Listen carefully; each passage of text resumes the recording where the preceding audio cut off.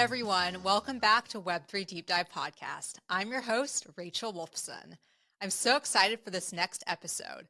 I'll be speaking with James Seyffart. He is a Bloomberg Intelligence ETF analyst, and we're going to be speaking all about ETFs, exchange-traded funds. This is such a timely topic right now as the United States recently approved the first spot Bitcoin ETF. So we're going to be speaking all about that and much more.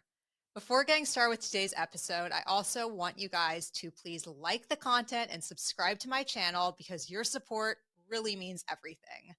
I also want to take the time to thank EduNode and the House of Web3 for letting me film today's episode at this beautiful podcasting space here in San Francisco. Without further ado, let's get started with today's interview. Hey, James, how's it going? Hi, Rachel. It's going pretty good. Thanks for having me. Yeah, I'm so excited to be speaking with you today because, the recent passing of the spot Bitcoin ETF in the United States. So we're going to be discussing all of that and more. Yeah, I mean, it's taken up my whole life, essentially the last month or so. So, yeah, I could talk about this for 6 hours if we had to, but I'd prefer not to go that long, I don't think. Right. Okay. So before we get started, James, I kind of jumped right into it because I was so excited. But James, you are the Bloomberg Intelligence Research Analyst. Did I get that right? Yeah. So, I work in Bloomberg Intelligence, which is, if anyone out there's familiar with Bloomberg, this is Bloomberg's research arm, essentially. So I cover the asset management industry, broadly speaking. I also do a little bit of crypto coverage, and we primarily cover ETFs. So the overlap there of when I initially started doing a little bit of commodities and crypto, between what's happening now with these ETFs and the Grayscale trusts and other trusts, there's a perfect Venn diagram over there for these Bitcoin ETFs that we're going to be talking about today. So it's like it's not very often that something falls squarely into your expertise area, but here we are. Right, definitely. James, before we get started, maybe tell the audience a little bit about your background, how you got involved with all of this, how you started at Bloomberg, and then we can go into some questions from there. Um, yeah, I'll try to keep this short. So I've been at Bloomberg since I was in college, after college. I interned there before my senior year of college. I had a full-time offer before while I was back at training camp for preseason. So I had a job lined up and I knew I was coming back to Bloomberg.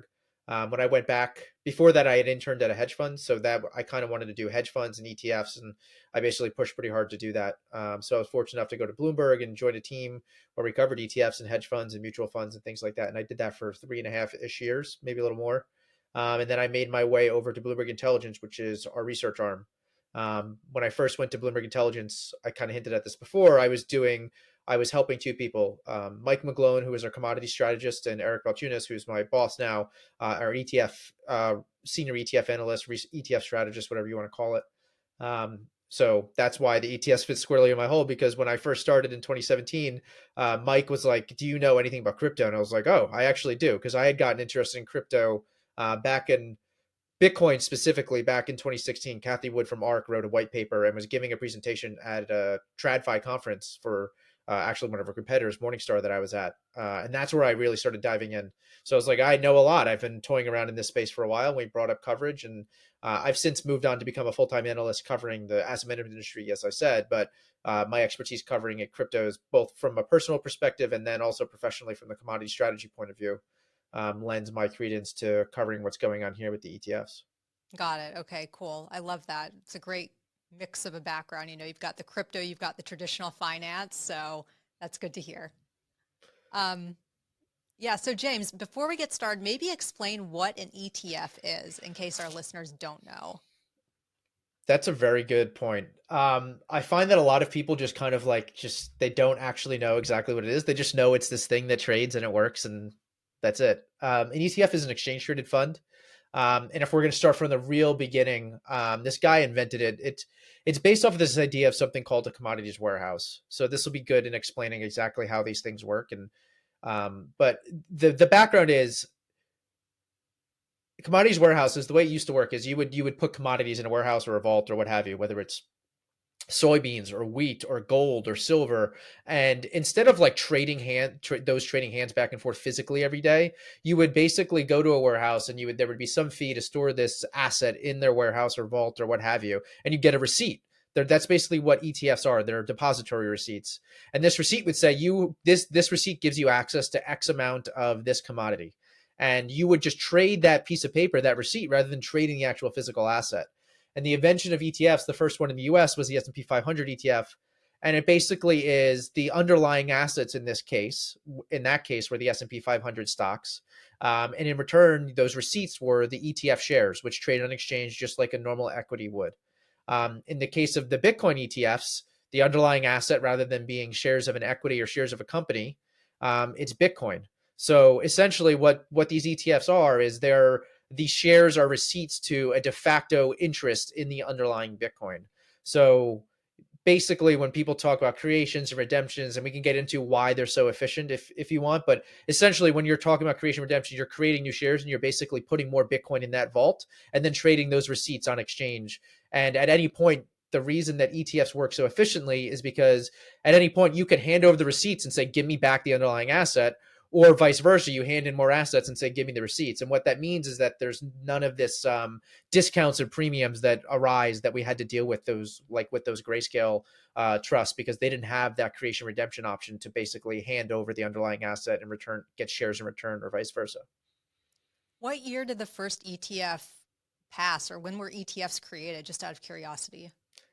Yeah, so the first idea for one was in the early 90s. Actually, the reason that ETFs were invented were actually, if anyone listening knows, the 1987 crash. Like basically stocks went down, collapsed completely on a Monday. I think it was a Monday. I think it's known as Black Monday or something. And I don't know the date. I'm going to sound stupid, but there was No, a it's crash fine. in 1987. 1987, yeah. Yeah. And essentially, there was this huge long report from the SEC being like, basically, part of the crash was due to the way that futures and derivatives were used as like protection, portfolio insurance. And basically, as limits kept getting hit, more and more limits were getting hit. So it just created this domino effect, and it was a spiraling downhill cascade. And basically, they said if we had something that was physically backed rather than derivatives and actually held the assets, this would have prevented it. And this one guy at the American Stock Exchange, which ultimately got bought by NYSE, I believe, but he came with the idea. It was like, all right, let's actually do this. So the first ETF in the US launched in 1993. That was the S&P 500 ETF. That's SPY, the most traded, the most liquid security on the planet, period. Stop. But they weren't the first ETF. The first ETF actually was invented in Canada because they saw what they were doing down in the US, and the SEC just took 3 years to get comfortable with this, and Canada's moved a lot quicker, and they actually got the first ETF.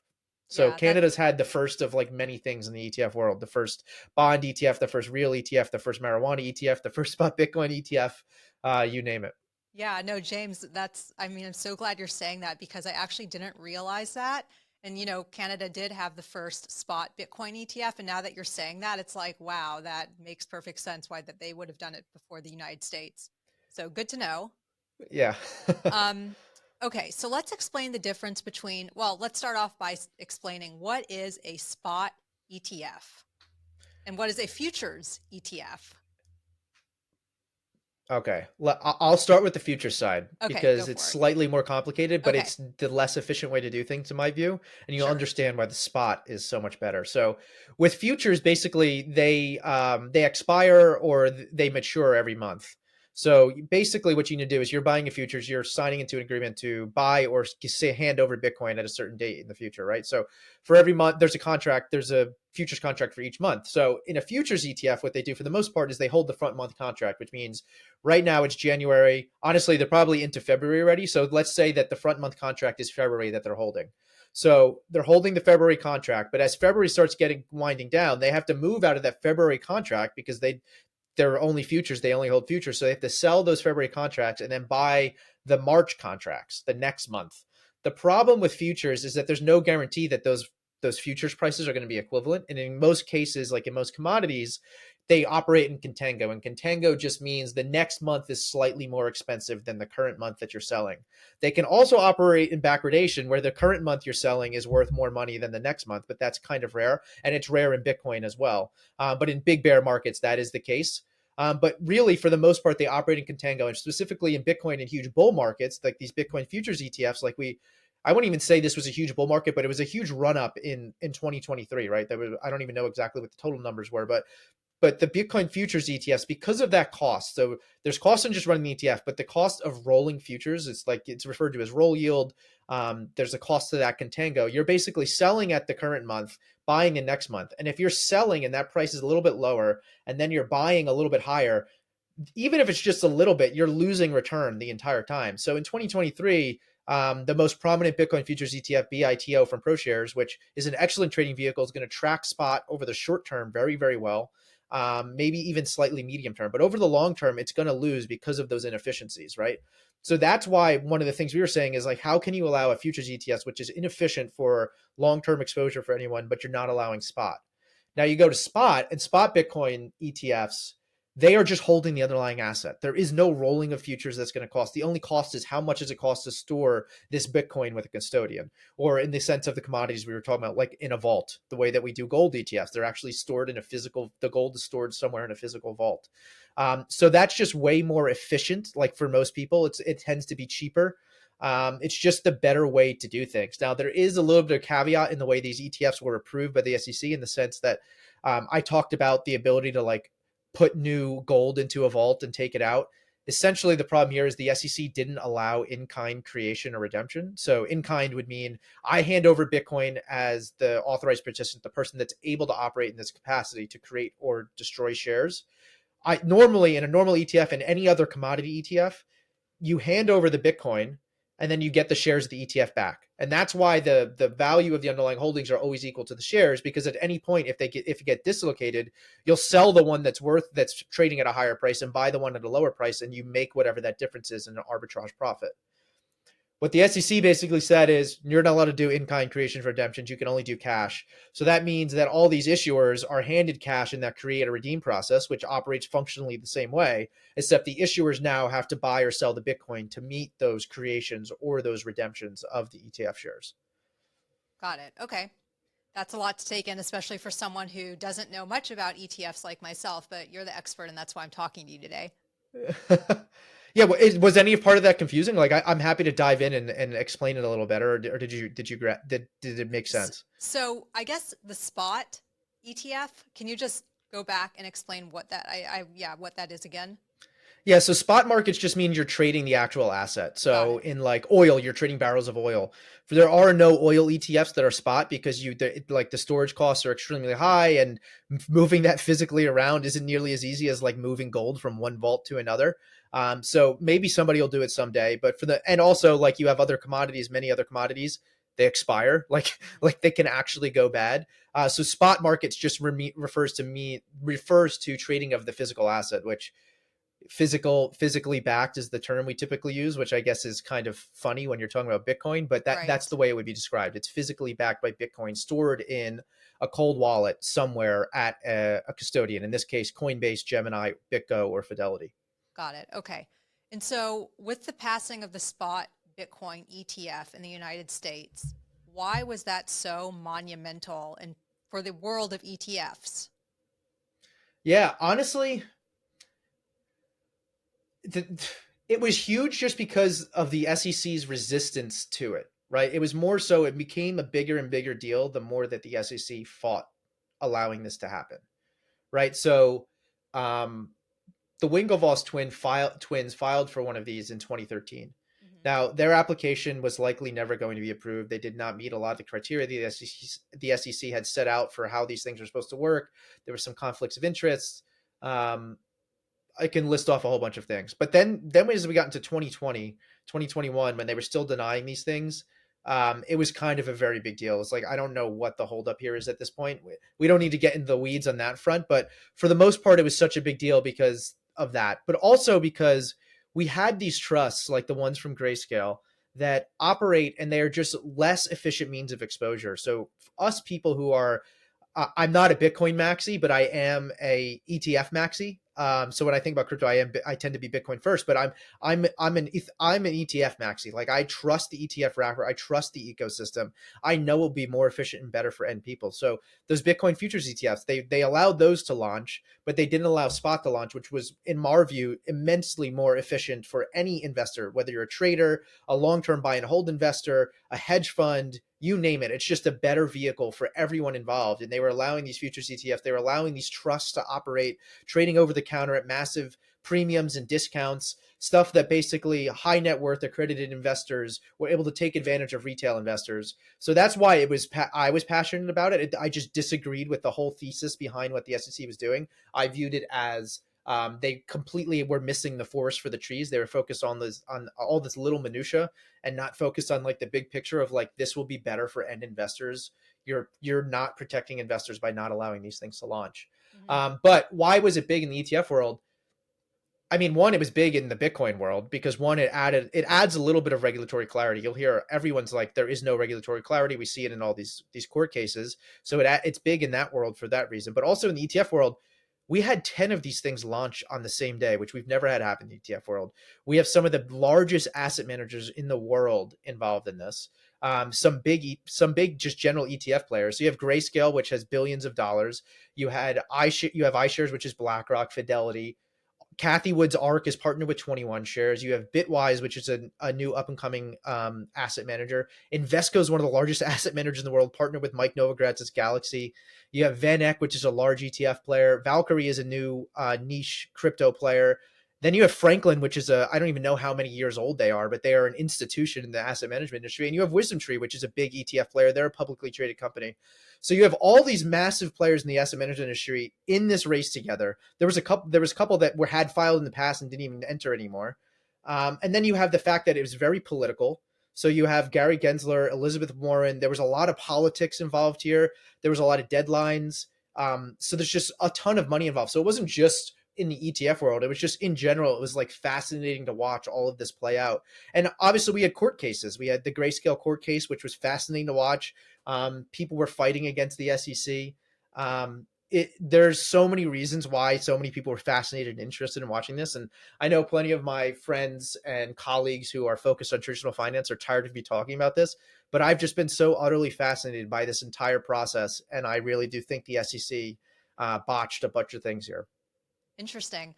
Why do you think the SEC was so hesitant to approve this spot ETF in the first place? If the Winklevoss twins filed for it, did you say it was 2013?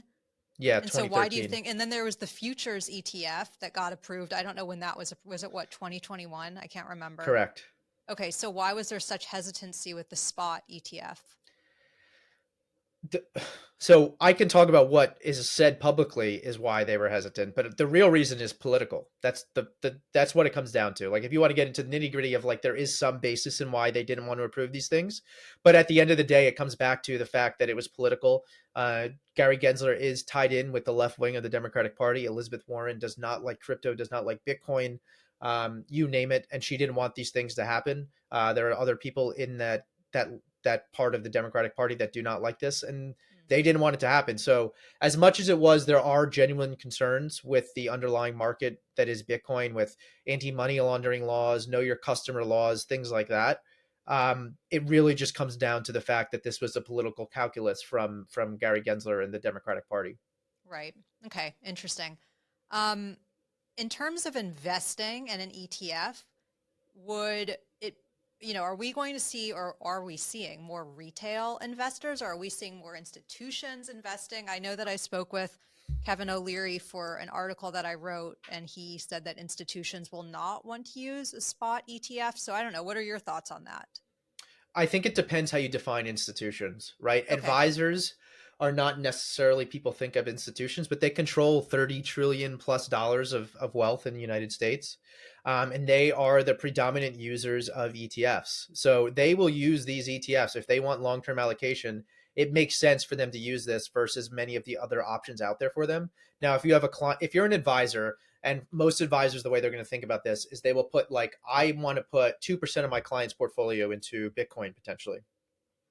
You don't want to set up an account at Coinbase or want Gemini or BitGo or whatever and manage the whole process yourself for your clients, right? That's not something you're going to want to do. They're used to using ETFs. They have platforms where they can use ETFs. Basically, what this does is it takes the actual underlying asset of Bitcoin, takes it from the DeFi rails, the decentralized rails, and puts them on the traditional financial rails. So that's a huge benefit for advisors. Institutions, he's wrong in the fact that institutions are likely going to use this and trade if they want to trade short-term exposure. And they don't have like a process set up to handle like spot Bitcoin transactions or do OTC trading with Bitcoin. Institutions are going to use the ETFs to get their exposure for shorter term trades. And also, there's a lot of institutions that the way that they were set up, the paperwork that went into them, they have restrictions on what they can and cannot buy. Many institutions, endowments, they like can only hold securities and bonds and what you name it. They can't really hold commodities. So that means that even if they wanted to hold Bitcoin, they had no way to get exposure because they couldn't do it. This is the case with a lot of mutual funds and other ETFs. Now, other mutual funds, ETFs, endowments, like I mentioned, not saying they do want exposure to Bitcoin. I'm not going to sit here and say like, oh my gosh, there's billions of dollars coming from the institutional herd, which you hear from some people. But if they do want exposure, they likely will use this ETF because what it does is it takes Bitcoin and puts it in the ETF wrapper, and that qualifies as a security. So if they want exposure, they can use it for that. So the idea that institutions won't use it, I disagree slightly. I mean, now if you're looking at corporations who are going to put this on their balance sheet, no, they're probably not going to use an ETF. But if you're talking about people with short-term allocation or just looking to use it for a portfolio completion, like basically, like I said before, put a little bit of this, we consider this more in the hot sauce side of the ETF world. You will get benefit of using this. These things are trading with super tight spreads. There's no more premiums and discounts really. They're very minuscule. And right now they're literally free, even if they're not free even after these fee waivers are gone. They're like this, the fee waivers now, a lot of these ETFs have 0% fees. Even after the fee waivers, they're going to charge. Franklin's the lowest at 19 basis points, but you have BlackRock and a whole bunch of these other issuers at 20 basis points or 25 basis points, which is 0.2% per year. It's super cheap and super efficient to get exposure. So the idea that no institutions are going to use this, no. Like I said, I don't think there's some massive institutional herd coming though. Why, and I mean, maybe this is a silly question, but why is it that we're seeing higher fees with like BlackRock versus other fees? Yeah, I mean, so BlackRock is basically tied with the lowest fee offering right now at 20 basis points or 0.2%. So, I mean, the fees come down to in the ETF world, it's extremely competitive, extremely Okay. cutthroat. It's we call it the Terror Dome. Like fees are near zero for S&P 500 type exposure. Everyone's just undercutting each other. And what we saw right before these things launched, if you were paying attention, is every couple days we were seeing somebody else issuing a new filing and saying they were cutting their fees even lower, even lower. So the fact like where we are now at 20 bips is like ridiculously cheap for a new asset class that is in the ETF wrapper, and it's immensely beneficial to pretty much anyone. But what goes into that fee is basically what does it cost you. So you have to pay your custodian a certain amount of money to store your Bitcoin. I don't know what that fee is, maybe 7 bips or 15 bips or what have you. And then you have fees that you have to operate on your own. Some fees are more fixed cost than variable cost. So it's really everyone has basically been forced to lower their fees under 30 basis points if they want to compete. And that's where we are now, Got except it. for Grayscale. Grayscale left their fees at 1.5% or 150 basis points, but they came in with embedded liquidity and a ton of assets, a slight advantage over many of these other players. Right, right. I remember writing something about that. Um, Another question that I want to ask, and normally I don't talk about prices because I don't like, price predictions and this and that, but I found it kind of interesting um, that, we saw the price of Bitcoin after the approval go up to what was it close? It was 49K, right? And now it's at 40. So why did we see that? I was actually kind of shocked that it went down after. I mean, what are your thoughts on that? If you want to answer this question, you don't have to, but I'm Yeah, just so kind of curious. I don't give any price predictions first of all, but Right. I can comment on this. Okay. I think a lot of the spike was a lot of these ETFs and the new buying and the new ETFs, and a lot of people were just buying Bitcoin on the fact that it was approved. But a lot of money poured out of Grayscale, Okay. GBTC. So that was basically selling pressure on the asset. But so far, even that day and any day since, there has been net buying from these spot Bitcoin ETFs. That said, the ETFs are only like one piece of the pie, right? There was a lot of people that were arbitraging the GBTC discount. So GBTC was trading at a 50% discount in 2023 at one point. So people were basically just unwinding that trade. There were people that bought it solely because they were waiting on ETF approval. So it ended up being a buy the rumor, sell the news type event. But still, I mean, for the most part, if you look at where the Bitcoin was trading in early Jan, I mean, we're roughly sideways. I mean, right now we're back at 42,000 today. So I mean, I'm not going to make any comments about where the price is going, but for Right. the most part, the Bitcoin ETFs and their flows, they're just a piece of the overall pie that is the supply and demand of Bitcoin that makes Got it. up the price, right? So they're just a piece of the pie. One of the other things that we saw that I could see, so we can see the flows into and out of ETFs. Again, there's no blockchain, so we can't see like the money came from here and went here, but a lot of the money that came out of GBC did find its way into other ETFs, we think. But one thing we can see is like the futures, the market that I was just talking about with why those futures ETFs are not efficient. You can see how much open interest is in there. It's almost like how many Bitcoin are tied to these futures contracts, and essentially the open interest collapsed to the floor in the days after the launch. That shows us that people were long Bitcoin futures up until the ETF approval. And once it was approved, they got rid of those. That was net selling on Bitcoin as well. So you can kind of back into looking where this is coming from. We also saw some selling from those spot Bitcoin ETFs in Canada we were talking about, and from spot Bitcoin ETFs in Europe that we were talking about. Okay. Oh, yeah. So that's a good point to mention. So there are spot Bitcoin ETFs in Europe as well, not just like the United States and Canada. I would say so. The ones in US and Canada are much more similar in their structure, Okay. but functionally speaking, yes, there are spot ETFs in Europe. They're technically classified as ETCs, exchange traded commodities, or ETNs, exchange traded notes, but they're physically backed for the most part.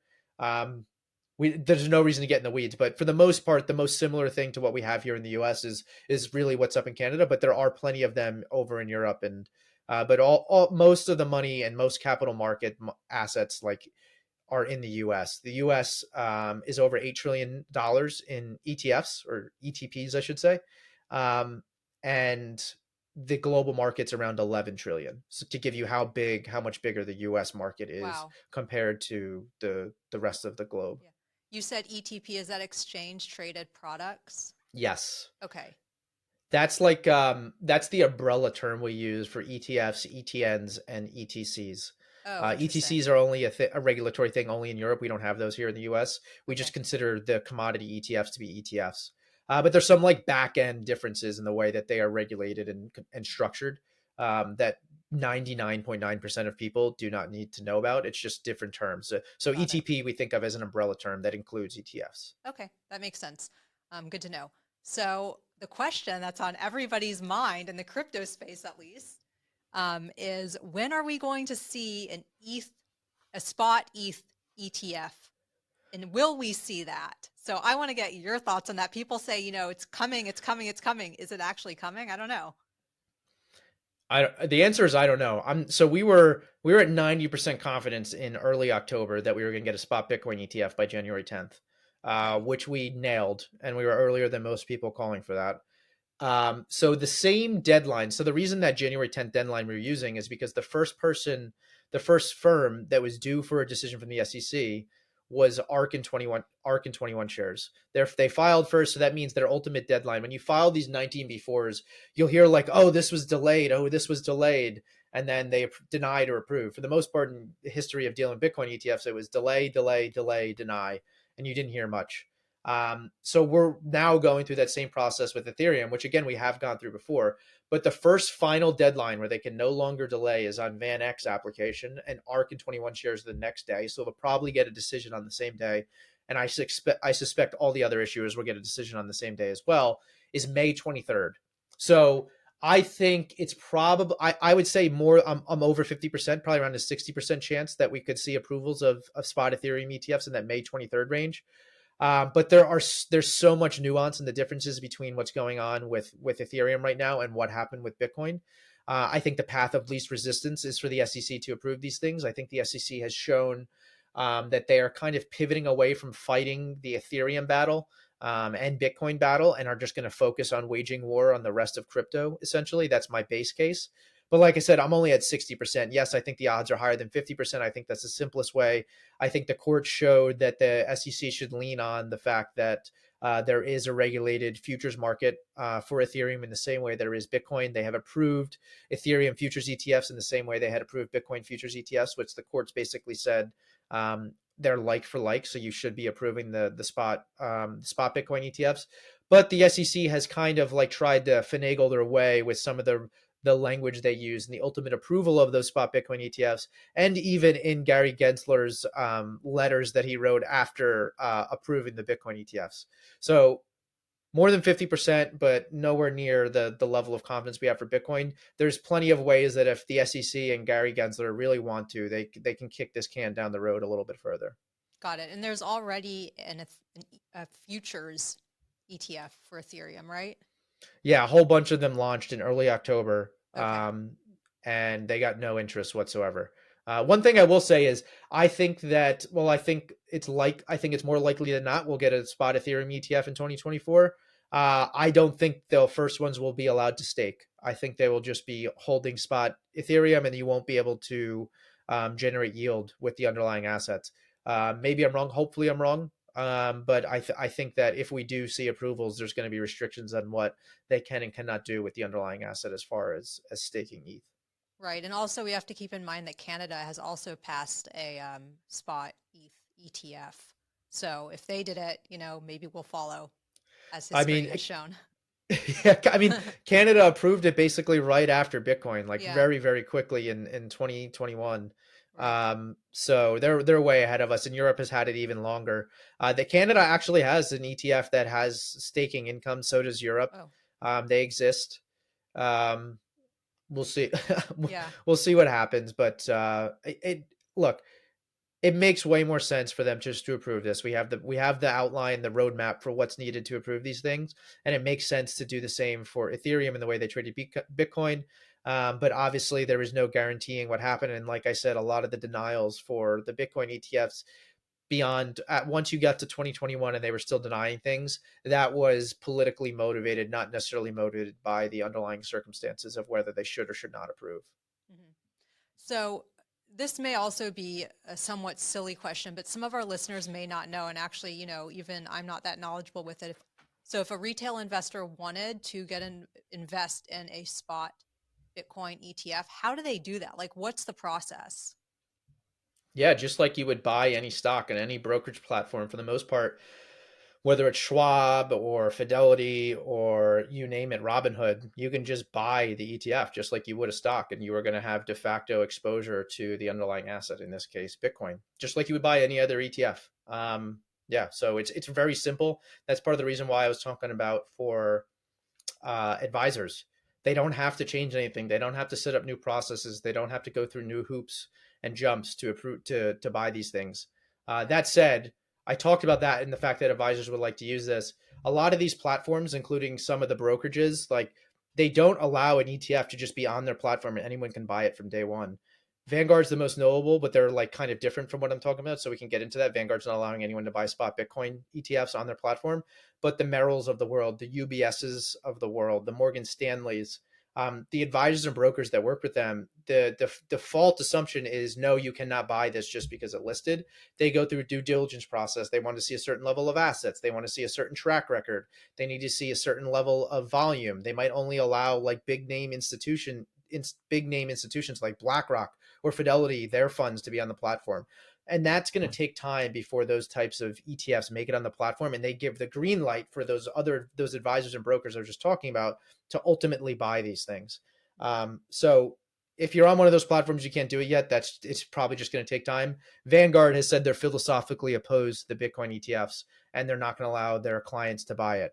Which is not the first time they've done this. They don't allow it with leverage ETFs either, so it's more philosophical than anything else on their front. But that was still slightly surprising to me when they did that. Right. Are there any challenges associated with ETFs that you want to mention? I mean, it seems like this is great for the industry, but I don't know. Maybe there are some challenges, or maybe centralization within the crypto space might be a challenge if you're talking to like a Bitcoin maxi. I don't know. Yeah, I mean, from my point of view, is like let the free market decide, right? This is undoubtedly against a bit against the ethos of the Satoshi's white paper. It's not. This is de facto centralization of an underlying asset, but for the most part, it's going to open up adoption. More people are going to be more people are likely to have this in their portfolio. And if you don't want to use a Bitcoin ETF, it's not going to stop you from buying Bitcoin however you want and storing it in a cold wallet, not your keys, not your coins, what have you. So yeah, I mean, from an ETF industry perspective, they've had to work a bunch of stuff out. Wall Street has gotten better and better and better, and these market makers at trading these ETFs. So the spreads are getting tighter. Their discounts or premiums are getting tighter, even though they're already at like less than 0.5% in any direction. They're still getting tighter and tighter and tighter as market makers are getting more efficient at trading these things, at doing those creations and redemptions I was talking about. So it's just everything is getting more and more efficient.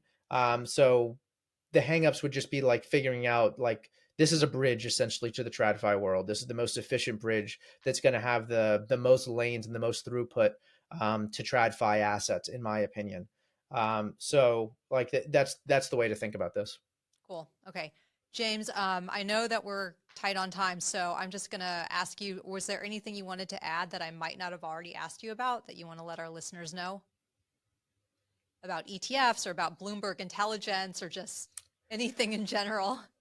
Yeah, I mean, no, you asked all the right questions. I can't think of anything you didn't ask, and you had good questions about the Ethereum side of things too. I guess it'll be one thing over the next couple months. I said that we're waiting, and I'm over 50% odds. There are things that can happen over the coming months that will be basically cause me to change my odds, whether things do or don't happen, or the filings that we see.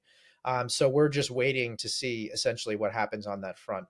And then as far as Bloomberg Intelligence goes, yeah, we're Bloomberg's research arm. So if you have a Bloomberg terminal, you can see any of our research. I cover the asset management industry, and obviously my specialty right now has been Bitcoin ETFs and just crypto funds in general. But we have a rate strategist, we have a commodity strategist, we have an equity strategist, we have people that are doing specific equity exposure, specific credit exposure for companies. So we're a huge team of people that, and I get a lot of benefit of that. We have a litigation analyst based down in DC who helps me like understand some of these court cases.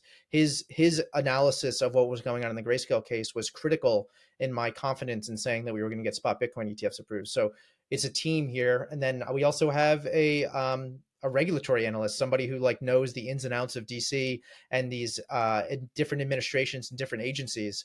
So like I lean on a lot of my colleagues to get the background for some of the stuff I talk about. It's not just me doing this all on my own. So shout out to the rest of them. But yeah, you can find my stuff if you're a terminal client. Very easy to find. Otherwise, I'm on Twitter and I can't share everything I'm writing for Bloomberg, but I share a healthy amount on Twitter, and I'm usually responsive to most people. So my handle is JSEYFF, so you can find me there. But yeah, no, you asked all the right questions, and it'll be interesting to see how this all plays out with Grayscale's outflows and the inflows coming into these other ETFs. I think it's starting to level off in the next couple of days. Right. And I just want to let our listeners know, yes, to follow you on Twitter, because that's where we connected, or X, whatever you want to call it now. Yeah, sorry, X. And it's just really what you post is actually very informative. You do screenshots, you do all of this analysis. And I saw that and I was like, oh my gosh, I need James on the podcast. I mean, obviously you were on everybody else's podcast before mine, but that's okay. You're still here. And I just encourage everybody to follow you because you are really, really knowledgeable. So I appreciate it. And I appreciate everything that you're doing and your insights. Thank you very much. I really do appreciate those very kind words.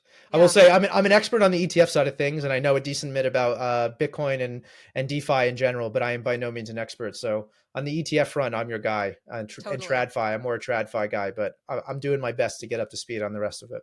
Yeah, no, you're doing a great job. So James, thank you again. It's been a real pleasure and an honor having you on the show. And I just, can't wait to see what's in store and to follow you and see what happens. Thank you very much. I'm excited too. It's been fun so far, and I hope it's continued. I hope it continues to be fun. We'll be watching what happens next with Ethereum, and I'm still watching this Bitcoin ETF race every single day. Yeah, cool. Thanks, James. Thank you, Rachel. Special thanks to Aaron Bender for producing Web3 Deep Dive podcast. I'd also like to thank the sponsors behind Web3 Deep Dive. Finally, thanks to the listeners for tuning in. Please be sure to subscribe, like, and share. I'll see you guys next time.